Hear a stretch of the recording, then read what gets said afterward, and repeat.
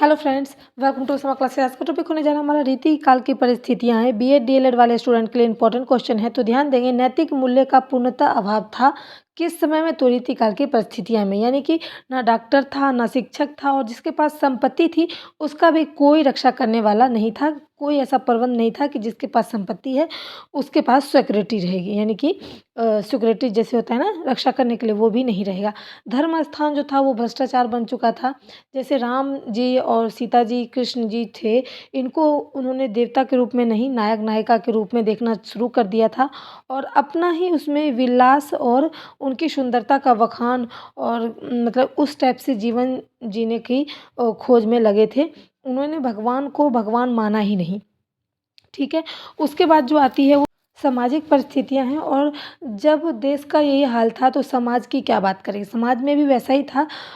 सामाजिक दृष्टि से अराजकता का युग आ गया था, यानी कि भेदभाव, छुआछूत, कुरीतियों का बढ़ावा, यानी कि कहीं पर भी मारकाट, ये सब का जो चलन था वो ज़्यादा बढ़ चुका था। और समाज का मुख्य जो दो वर्ग थे, तो पहले ऊंच वर्ग और नीच वर्ग, यानी कि कैसे कहें, जाति का जो वर्ग होता है ना, जाति, उच्च जाति वाले और नीच जाति वाले वर्गों में बांटा गया था। लेकिन दो वर्ग उस समय ये बना था कि जो गरीब थे वो और जो अमीर थे वो। दरबारी कवि थे, साहित्य कवि नहीं थे, क्योंकि दरबार में राजाओं के प्रति उनको लिखना पड़ता था, इसलिए वो दरबारी कवि बन के रह गए थे।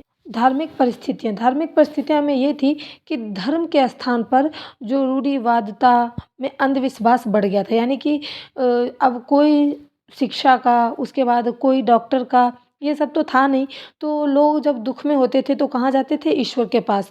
तो ईश्वर के पास जाने से पहले, मंदिर जाने से पहले, बीच में पुजारी मिलते थे, बाबा वगैरह मिलते थे, जिन्होंने अपने ही बारे में सोचा, और उससे वो जैसे कि दान करोगे, ये करोगे, वो करोगे तो आपको अच्छा होगा, ऐसे बोलकर सिर्फ और सिर्फ अंधविश्वास, धर्म के नाम पर अंधविश्वास फैला रखा था। राम और कृष्ण को मंदिर से निकालकर, यानी कि देवी देवता को मंदिर से निकालकर दरबार में स्थापना की गई, और उनकी जो है लीलाएं का बखान किया जाता था, सुंदरता का बखान किया जाता था, पूजा पाठ वगैरह नहीं होती थी। उसके बाद साहित्य परिस्थिति, यानी कि साहित्य जो था, जो हम लिखते थे, वो क्या बन चुका था? सिर्फ और सिर्फ मनोरंजन बन चुका था।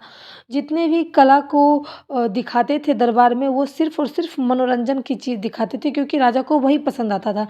अगर अन्यथा कोई चीज़ दिखाया जाता था तो वो राजा को पसंद नहीं आता था। इसलिए साहित्य में सिर्फ और सिर्फ अश्लीलता, मनोरंजन, यही सब के बारे में जो था वो लिखा जाता था। और श्रृंगार रस, काव्य रस की रचना भी जितने भी कवि थे वो क्या करते थे? छोटे छोटे पंक्तियाँ बनाते थे मनोरंजन की, और दरबार में सुनाते थे, और वही उनका साहित्य बन चुका था, क्योंकि राजा को प्रसन्न करके उनसे धन लेने की इच्छा रहती थी कवियों को। कुछ कवि ऐसे थे जो क्या करते थे कि संस्कृत आचार्य की जो नकल करके जो है वो लक्षण और उदाहरण ग्रंथ लिखते थे, लेकिन इसमें अश्लीलता नहीं थी, क्योंकि पहले के आचार्य जो थे वो लक्षण और ग्रंथ वगैरह लिखते थे, लेकिन उतनी अश्लीलता नहीं होती थी, उनके में प्रेम रहता था।